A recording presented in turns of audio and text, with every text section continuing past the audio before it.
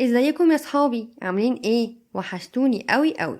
يلا نرشم الصليب مع بعض. بسم الاب والابن والروح القدس الاله الواحد امين. النهارده هنتكلم عن احداث يوم الثلاث.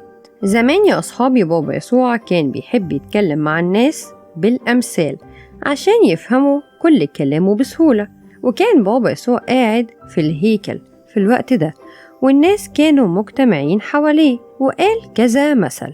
وأول مثل قاله هو إنه شبه ملكوت السماوات بملك عظيم قوي، والملك ده حب إنه يعمل فرح كبير لابنه، فطلب من عبيده وقال لهم: أنا عايزكم تروحوا للناس اللي أنا دعيتها للفرح وتعرفوهم إن الفرح خلاص هيبدأ.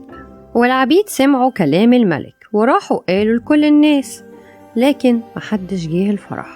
فالملك طلب من عبيد تانيين وقال لهم: روحوا للناس اللي أنا دعيتها للفرح وقولوا لهم إني مجهز ليهم أكل كتير قوي، ومش بس كده، ده أنا كمان دابح بقر وغنم علشان ياكلوا ويفرحوا، وكل حاجة جاهزة، بس هما بس ييجوا فرح ابني. وفعلا سمعوا العبيد كلام الملك وراحوا مرة تانية للناس، بس برضو محدش رضي يروح الفرح، واتحججوا بكل الشغل اللي عندهم ورفضوا يحضروا الفرح. ولما الملك عرف كده اتضايق جدا وقال للعبيد: طيب أنا جهزت كل حاجة للفرح، بس للأسف كل اللي دعيتهم للفرح مجوش، وكل اللي أنا دعيتهم دول عشان يحضروا فرح ابني هم ما يستحقوش الدعوة. وطلب الملك منهم إنهم يروحوا يجيبوا أي حد ويروحوا يندهوا على ناس كتيرة جدا جدا اللي يلاقوهم في الشارع واللي يخبطوا عليهم في البيوت عشان يجوا يحضروا الفرح. وابتدوا العبيد يعملوا كده، وراحوا جابوا ناس كتيرة خالص عشان يحضروا فرح ابن الملك.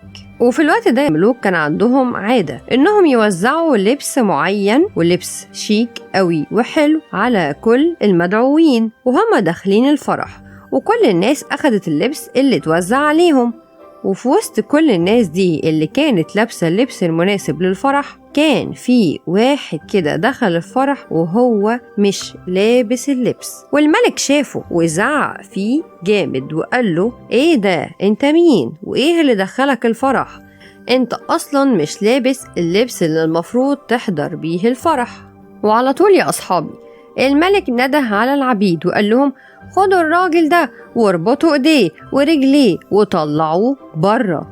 فعلا في ناس موجودين هنا كتير جدا، لكن مش كل الناس تستحق تحضر فرح ابني، واللي جاهز ومستعد بس هو اللي ليه الحق انه يحضر الفرح. ويلا خدوا الراجل ده وطلعوه بره. وهو ده يا أصحابي بالظبط اللي حصل مع بابا يسوع. بابا يسوع كان جاي لليهود، بس هم ما قبلوش بابا يسوع وأهانوه وضربوه وكمان صلبوه. علشان كده بابا يسوع دعا كل الناس للفرح إنهم يلبسوا لبس الفرح. ولبس الفرح ده يا أصحابي هو المعمودية والتناول والاعتراف، اللي من غيرهم ما نقدرش أبدا ندخل العرس السماوي وهو ملكوت الله. وفي نفس اليوم ده يا أصحابي، بعد ما بابا يسوع حكى المثل ده للناس وهو قاعد في الهيكل، حصلت حاجة تانية مهمة قوي. بابا يسوع كان قاعد جنب المكان اللي الناس بتحط فيه الفلوس، اللي هي الخزائن يعني يا أصحابي. وكان في ناس كتيرة قوي بتيجي كل شوية ترمي فلوس كده في الصندوق، وهما بيحطوا الفلوس دي قدام الناس كانوا فرحانين وفخورين قوي قوي بنفسهم.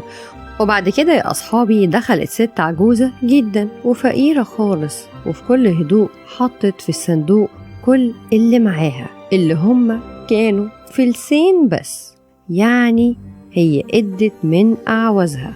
واللي شاف كده يا أصحابي بابا يسوع وفرح بيها قوي، علشان هي ما عملتش زي الناس التانيين قعدوا يرموا فلوس كتيرة قوي وبكل فخر كانوا بيضحكوا مبسوطين بنفسهم، وكل واحد كان عايز يثبت انه اغنى من التاني.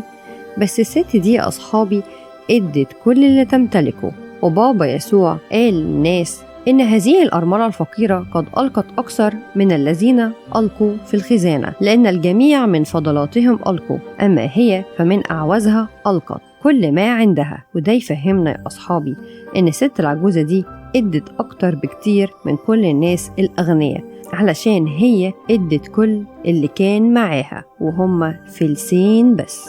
وبكده تكون خلصت أحداث يوم التلات. كل سنة وانتم طيبين. يا أصحابي يلا اعملوا لايك للفيديو ده عشان يوصل لأكبر عدد من أصحابكم، وكمان تابعوني، أنا على طول هنزل لكم قصص جديدة ومختلفة. نتقابل في قصة جديدة. باي باي.